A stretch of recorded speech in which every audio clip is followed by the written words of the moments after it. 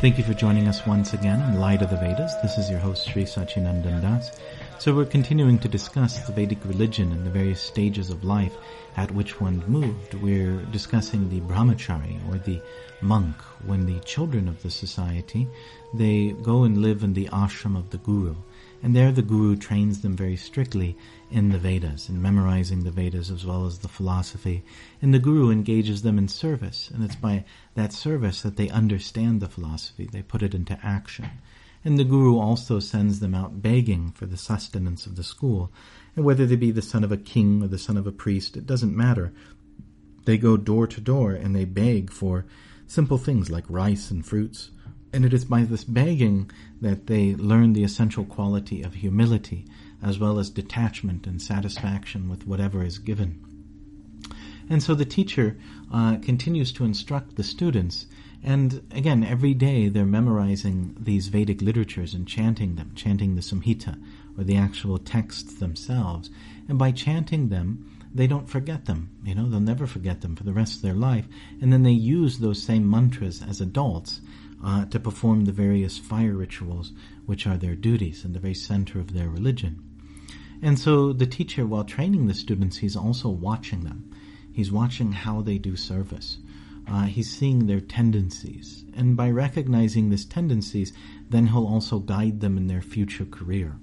It's just like I remember being in high school, and then one day it was kind of like, they called us all into the library and they made us take these tests, and it took all day. And we were supposed to decide what we're going to do with our life. Right? Like you're supposed to take this test and you fill out this packet and it tells you, what your propensities are. I think they even had folders like with hundreds of different occupations, and it was meant to line you up with an occupation, and then you're set, right? So within the Vedic system, that's not how they do it. The teacher will watch the child from their childhood, and we'll see, what are the qualities of this child. What are his tendencies and how he does his service. Say, for example, their service is to clean the ashram, the home of the guru. They're meant to sweep and mop it.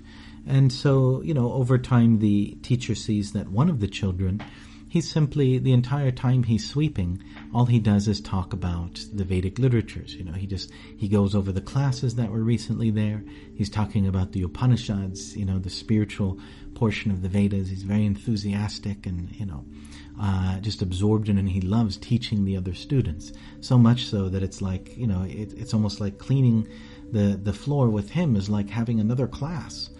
And so the teacher sees that this is a Brahmin by nature, or a priest. He has this propensity to teach.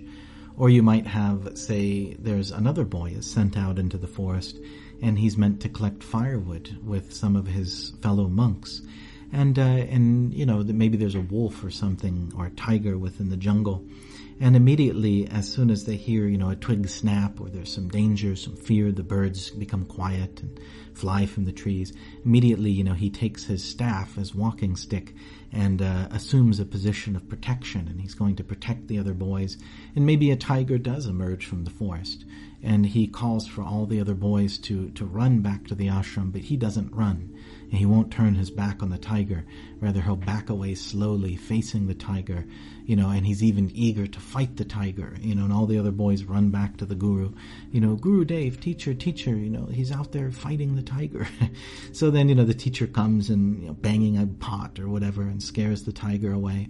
And he recognizes, this young boy, he has the nature of a warrior, right? Or maybe you have another boy, he's meant to also clean, he's meant to or he's meant to garden or something. He's meant to water the various plants in the garden and help in the farm. And maybe he really loves the farming. And then maybe he also starts doing business. He starts exchanging with the other students. Like, I'll give you so much of this particular type of sweet if you do this for me. And then he sets up like a network of exchange, on the schoolyard, where he's paying off all the different students to do various things for him. And all of a sudden he starts to become very wealthy, at least more than the other children. So this might be a businessman by nature. So in this way, it's an important part of their life as monks that the teacher's assessing and see sort of where should they go in life. And so, and while all of this is going on, they're learning the Vedas and memorizing them. And so sometime around their teenage years, there's a ritual known as keshanta, where their heads are shaved again, but only if they want to. You see, there's an element of choice here. It's sort of like the Catholic concept of confirmation, where during the baptism you essentially became a Catholic and you took up the religion again, against your will, basically.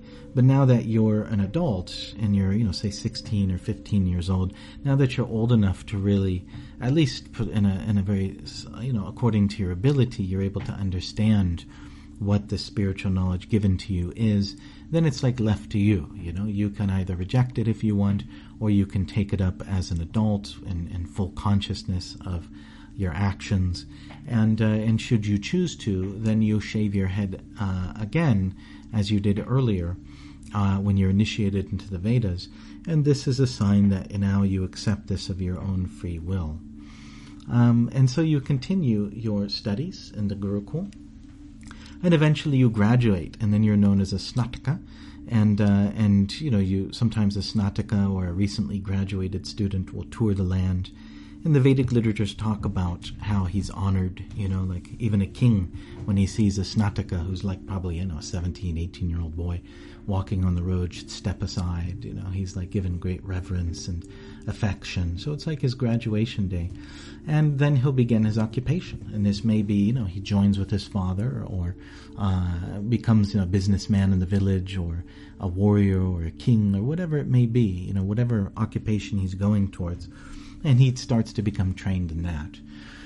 And except for the educational class, like the priest, that boy who is teaching all the other kids, he might stay there and live with the guru for longer, sometimes until he's 25 years old or so, because he's specializing in teaching. He's specializing in conveying transcendental knowledge. And he himself may have a gurukul, when he's of age. So after this kind of educational period, then the big ritual comes, which is marriage, right? This is actually the biggest ritual within the Vedic culture. It's the most elaborate of all the rituals. And so ideally, the couple has known each other their entire lives. The boy may be in his early 20s or maybe up to 25 years old is considered ideal for a man to be married. And the woman will generally be in her late teens, 16 to 18, that sort of period. And so, but they've known each other since they were 4 or 5 years old. This is intimate village life. So they would be playing in the dirt, when they're 2 or 3 years old or something, making mud patties, right? I mean, you can imagine how nice it would be to be married to someone that you were friends with since as long as you can remember, since you were little kids, like you'd run and play tag together and stuff. So that's a very sweet kind of marriage, where they're friends through childhood and teenage years, and then they actually become husband and wife. And that forms a very deep bond, and especially if you're virgin at birth and you never had any relationship before, then when the husband and wife come together, they're very dedicated and devoted to each other. It's a lifelong partnership. And also included within that is astrology. Astrology is used to judge very carefully the compatibility of a husband and wife, because it's a partnership. You really have to work together and cooperate in a give and take relationship that will last the majority of your life. And so, as I mentioned, it's one of the most lavish rituals. And so another interesting point about this ritual is that, it is a fire ritual. There's a fire sacrifice at the center of it. And yet that fire is very special. You don't put that fire out. That fire is brought home like in a pot, and it's installed in the kitchen, like it's given its own little place in the kitchen. And then that fire is used to cook all the meals as long as that couple is married. and that fire is used. They also take that fire and use it to perform the daily sacrifices, the fire sacrifices that would be performed in the house. So it's used for cooking and it's used for sacrifices. So it's kind of like the hearth fire. It becomes the hearth fire of the home, and it accompanies the couple throughout their life together. And it's a sacred fire. And then if the wife happens to die before the husband, then he'll use that same fire to cremate her body. So it's kind of like that fire is closely associated with the wife herself, and the love between them. So the life of the householder, the householder, essentially when he wakes up in the morning, when the man wakes up, he's responsible to perform certain rituals, and he does a daily fire sacrifice in his house. In fact, within the Vedic culture, there's the understanding of karma, and so one has to be careful not to accumulate sinful karma. And a householder is considered to have 5 things which he does, which accumulates bad karma. There's basically the hearth, the fire itself, which is burning there in the kitchen or in the front room. That's considered to accumulate bad karma because different insects and things may fly into it. So inevitably there's little beings, little creatures that die in that fire. Also there's the grinding stone, the cooking that's done in the kitchen. Inevitably there's different types of insects and things that die. When you're sweeping the house and cleaning, there's going to be death.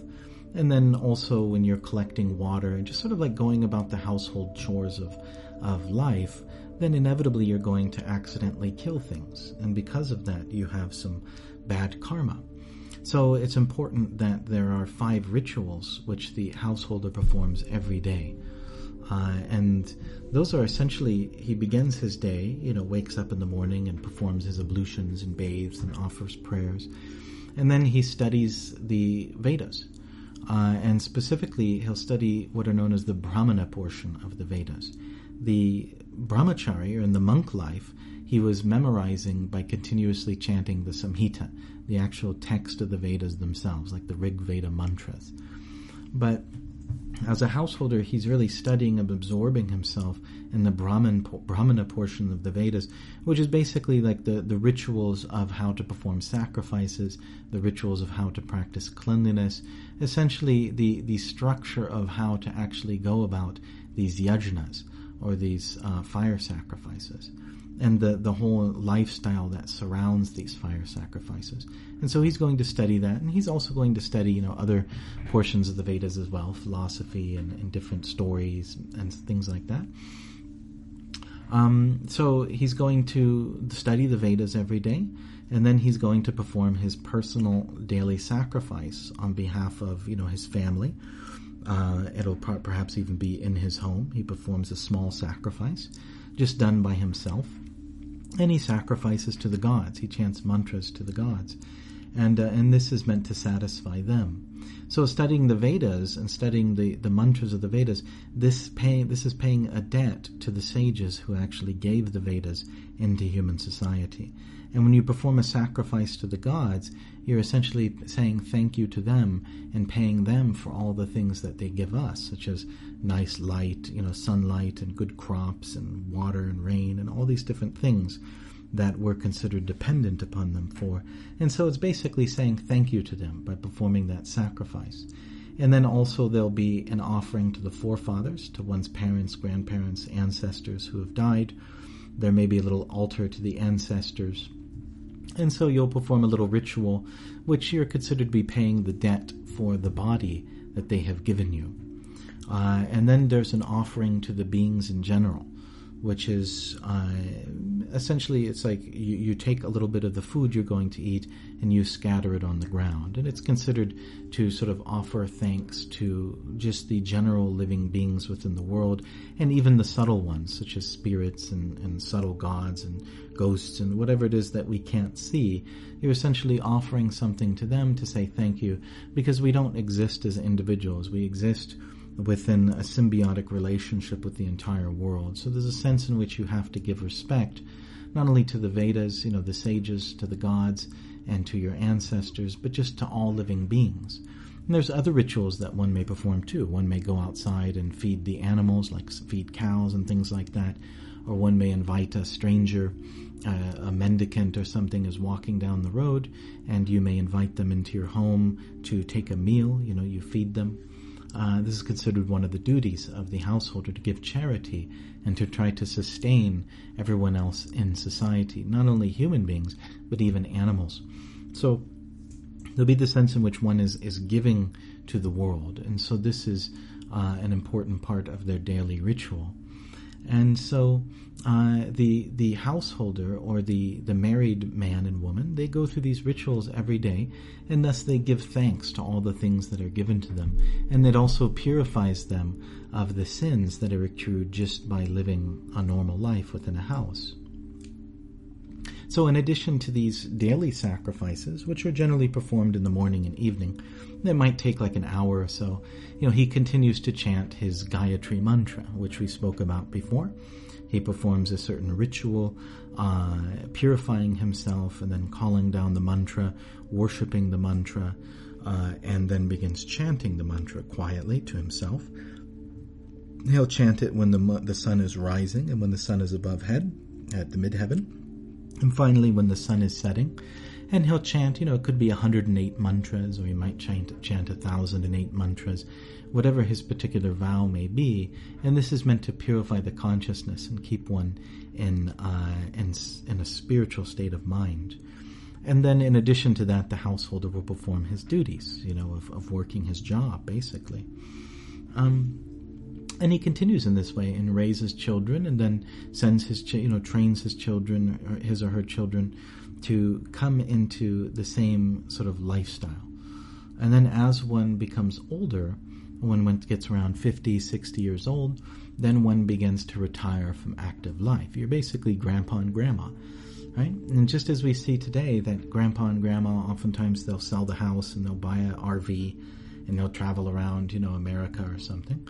So in the same way, the householder couple, the husband and wife, in their old age, they'll spend time with their grandparents and stuff, pinching cheeks and kissing foreheads and all that stuff. But then they'll also go out and start traveling. They'll retire. They'll stop working, and they'll just go retire and travel to the holy places. Or they may spend more and more time in the forest, just like you might have a retirement home, like a simple cabin out in the woods or something. So they'll go out there and they'll start meditating, and they'll start their spiritual practice more sincere. They're sort of quieting down their material life and absorbing more in the spiritual life. And just as the brahmacharis studied the mantras and memorized them, and the householders studied the brahmanas, or the texts dealing with rituals, so now in this stage of life, which is called vanaprast, or living in the forest, meditating in the forest, they will now study what are called the aranyakas, which are texts which take those ritual texts they've been practicing for decades now, all these mantras they've been chanting and all these fire sacrifices to the gods and stuff, and it will teach a sort of deeper metaphysical meaning behind it. It's kind of starting to show the deeper spiritual truths of all the things that they've been practicing. And because they've practiced a very pious life, these truths are sort of illuminated within them. They're very capable of understanding these things, as well as entering into a more peaceful, meditation-based life.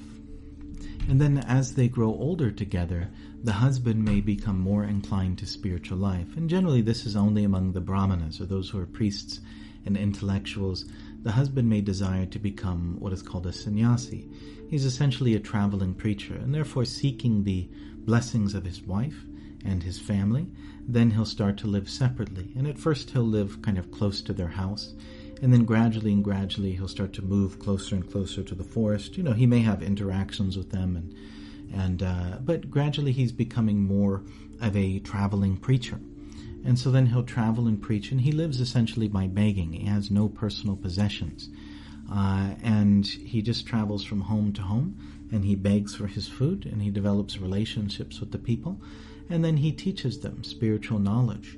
And he's considered to be, such a sannyasi is considered to be the most respected person in the society. And this is something I find fascinating about the Vedic culture, is that the sannyasi is the head of society. He's higher than the king.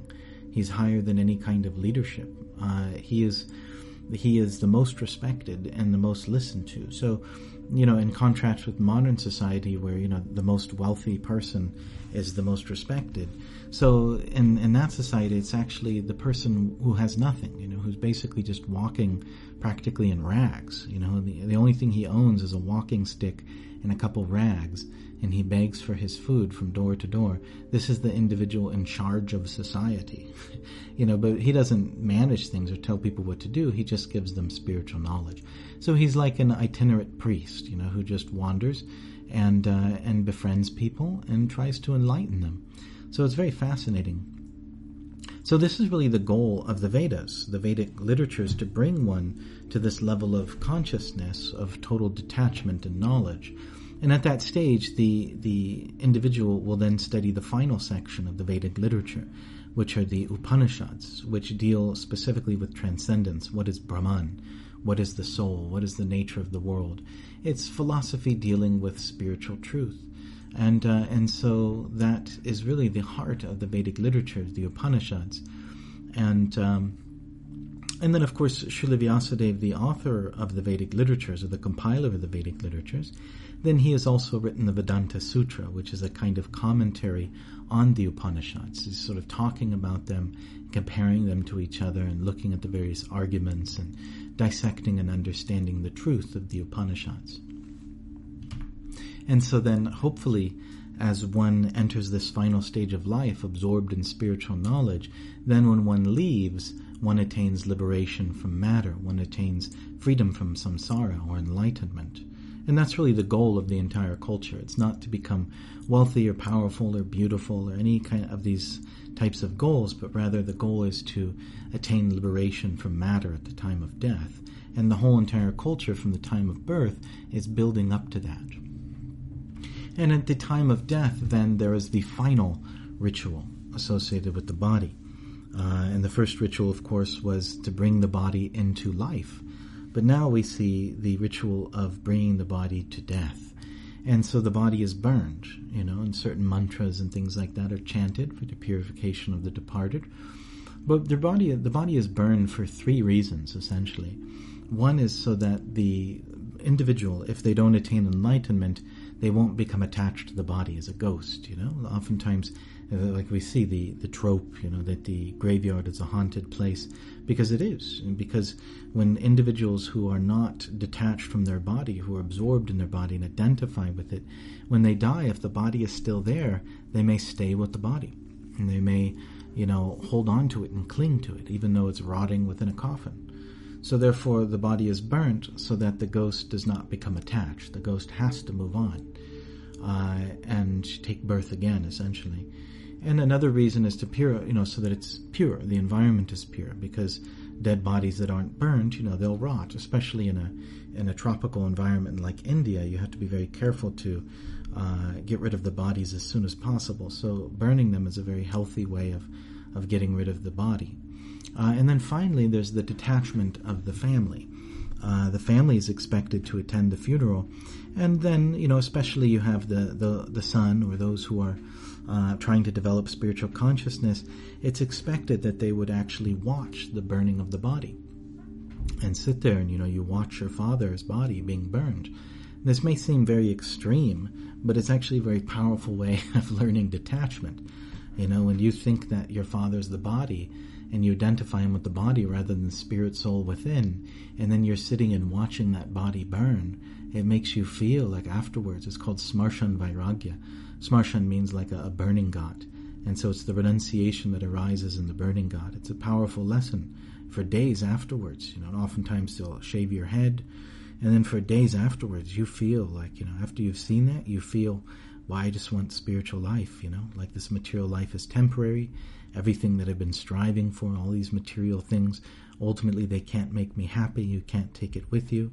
Everything I'm worrying about and anxious about and struggling about, it's all simply temporary and a waste of my time ultimately. And really what's important is me as a soul. And so that's a very powerful lesson that's there at the time of death for others. So thank you very much for listening. If you found value in this, please like and subscribe. If you're listening on iTunes, please visit srisachinandana.com/iTunes and leave a positive review. Thank you again, and we hope you'll join us next time on Light of the Vedas.